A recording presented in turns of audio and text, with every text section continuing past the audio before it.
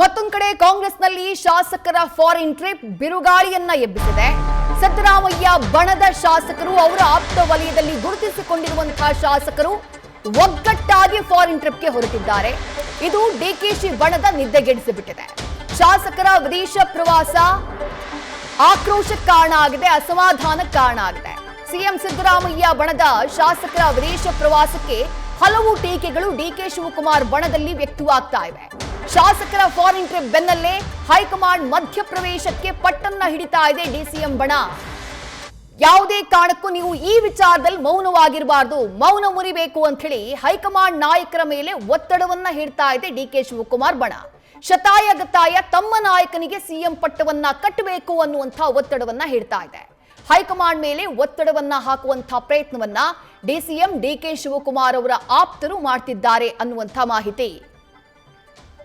Details ನಮ್ಮ ಪ್ರತಿನಿಧಿ ಹರೀಶ್ ನೀಡ್ತಾ ಹೋಗ್ತಾರೆ. ಹರೀಶ್, ಒಂದು ಕಡೆ ಡಿಸಿಎಂ ಡಿಕೆ ಶಿವಕುಮಾರ್ ಅವರ ಕಾಮಾಖ್ಯ ದೇಗುಲದ ಭೇಟಿ ಶಕ್ತಿಶಾಲಿ ಪೀಠ ಅಂತ ಪರಿಗಣಿಸಲಾಗುತ್ತೆ. ರಾಜ್ಯದಲ್ಲಿರುವಂತಹ ಪರಿಸ್ಥಿತಿ ನಮಗೆ ಗೊತ್ತೇ ಇದೆ. ತಿಕ್ಕಾಟ ತೀವ್ರ ಸ್ವರೂಪಕ್ಕೆ ಹೋದಂತಹ ಟೈಮ್ನಲ್ಲೇ ಕಾಮಾಖ್ಯ ದೇವಿಯ ಆಶೀರ್ವಾದವನ್ನ ಪಡೆಯೋಕೆ ಡಿಕೆ ಶಿವಕುಮಾರ್ ಅವರು ಮುಂದಾಗಿರೋದು ಒಂದು ಕಡೆ.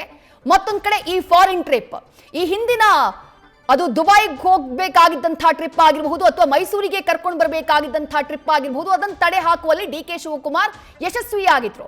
ಆದ್ರೆ ಈ ವಿಚಾರದಲ್ಲಿ ಅವರ ಪ್ರಯತ್ನ ಸಫಲ ಆಗಿಲ್ಲ ಅಥವಾ ಅವರು ಅಸಮಾಧಾನಗೊಂಡಿದ್ದಾರೆ ಅನ್ನೋದು ಅವ್ರ ಮಾತಿನಲ್ಲೇ ವ್ಯಕ್ತವಾಗ್ತಾ ಇದೆ. ಹಾಗಾಗಿ ಯಾವ ರೀತಿ ಹೈಕಮಾಂಡ್ ಗಮನಕ್ಕೆ ಈ ವಿಚಾರವನ್ನ ತರೋದಕ್ಕೆ ಡಿಕೆ ಶಿವಕುಮಾರ್ ಬಣ ಮುಂದಾಗಿದೆ ಅಂತ ಹೇಳಿ ಹರೀಶ್. ಇದಕ್ಕೆ ಬಹಳ ಮುಖ್ಯವಾಗಿರುವಂತದ್ದು ಅಸ್ಸಾಂನ ಚುನಾವಣಾ ವೀಕ್ಷಕರು ಆಗಿರುವಂತಹ ಡಿಸಿಎಂ ಡಿಕೆ ಶಿವಕುಮಾರ್ ಅವರು ಇಂದು ಕಾಮಾಖ್ಯ ಶಕ್ತಿಪೀಠಕ್ಕೆ ಕೂಡ ಇವಾಗ ಭೇಟಿ ಕೊಟ್ಟಿದ್ದಾರೆ. ಅಲ್ಲಿ ಕೂಡ ದರ್ಶನವನ್ನ ಪಡೆದಿದ್ದಾರೆ. ಸೊ ಪ್ರಿಯಾಂಕಾ ಗಾಂಧಿ ಜೊತೆ ಅಲ್ಲಿ ಶಕ್ತಿಪೀಠಕ್ಕೆ ತೆರಳಿದಂತಹ ಡಿಸಿಎಂ ಡಿಕೆ ಶಿವಕುಮಾರ್ ಅವರು ಒಂದು ಪ್ರಾರ್ಥನೆಯನ್ನು ಕೂಡ ಇವತ್ತು ಮಾಡಿರುವಂತದ್ದು. ಅಂದ್ರೆ ಈಗಾಗಲೇ ಕೂಡ ಸಿಎಂ ಗಾದಿ ಮೇಲೆ ಕಣ್ಣನ್ನು ಇಟ್ಟಿರುವಂತಹ ಡಿಕೆ ಶಿವಕುಮಾರ್ ಅವರು ಸೊ ನಿರಂತರವಾಗಿ ದೇವಾಲಯಗಳ ಪ್ರದಕ್ಷಿಣೆಗಳನ್ನ ಕೂಡ ಹಾಕ್ತಾ ಇದ್ದಾರೆ. ಅದರ ಮುಂದುವರೆದ ಭಾಗವಾಗಿ ಅಸ್ಸಾಂಗೆ ತೆರಳಿದಂತ ಸಂದರ್ಭದಲ್ಲಿ ಕಾಮಾಖ್ಯಕ್ಕೂ ಕೂಡ ಭೇಟಿ ಕೊಟ್ಟಿರುವಂತದ್ದು.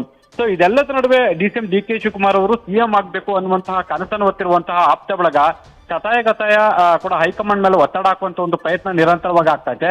ಒಂದ್ ಕಡೆ ಹಲವು ಶಾಸಕರು ವಿದೇಶ ಪ್ರವಾಸವನ್ನ ಕೈಗೊಂಡಿದ್ದಾರೆ. ಮಗದೊಂದ್ ಕಡೆ ಡಿಸಿಎಂ ಡಿಕೆ ಶಿವಕುಮಾರ್ ಅವರ ಬಣ ಹೈಕಮಾಂಡ್ ಮೇಲೆ ಒತ್ತಡ ಹಾಕುವಂತ ಒಂದು ಪ್ರಯತ್ನ ಮಾಡ್ತಿದ್ದಾರೆ.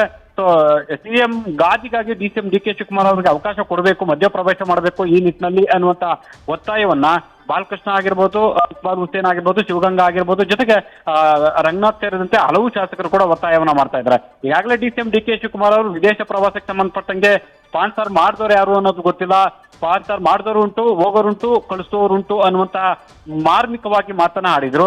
ಇದ್ರ ಬೆನ್ನಲ್ಲೇ ಕೂಡ ಈಗ ಡಿಸಿಎಂ ಡಿಕೆ ಶಿವಕುಮಾರ್ ಅವರ ಬಣದ ಶಾಸಕರು ಹೈಕಮಾಂಡ್ ನಾಯಕರ ಮೇಲೆ ಒತ್ತಡ ಹಾಕುವಂತ ಒಂದು ಪ್ರಯತ್ನ ಮಾಡ್ತಾರೆ. ಅದು ಕೂಡ ಎಐಸಿಸಿ ಪ್ರಧಾನ ಕಾರ್ಯದರ್ಶಿ ವೇಣುಗೋಪಾಲ್ ಅವರ ಭೇಟಿಗೆ ಕೂಡ ಮುಂದಾಗಿದ್ದಾರೆ ಅಂತ ಹೇಳಲಾಗ್ತದೆ. ಜೊತೆಗೆ ಉಸ್ತುವಾರಿ ಸುರ್ಜೇವಾಲಾ ಅವರಿಗೂ ಕೂಡ ಮನವಿಯನ್ನ ಮಾಡ್ತಿದ್ದಾರೆ ಅನ್ನುವಂತ ಮಾತುಗಳು ಕೇಳಿ ಬರ್ತಿದ್ದಾವೆ. ಇದೆಲ್ಲದರ ಜೊತೆ ಕರ್ನಾಟಕದವರೇ ಆಗಿರುವಂತಹ ಎಐಸಿಸಿ ಅಧ್ಯಕ್ಷ ಮಲ್ಲಿಕಾರ್ಜುನ ಖರ್ಗೆ ಅವರಿಗೆ ಕೂಡ ಒತ್ತಡ ಹಾಕುವಂತ ಒಂದು ಪ್ರಯತ್ನ ಆಗ್ತಿದೆ ಅಂತ ಹೇಳಲಾಗ್ತಿದೆ.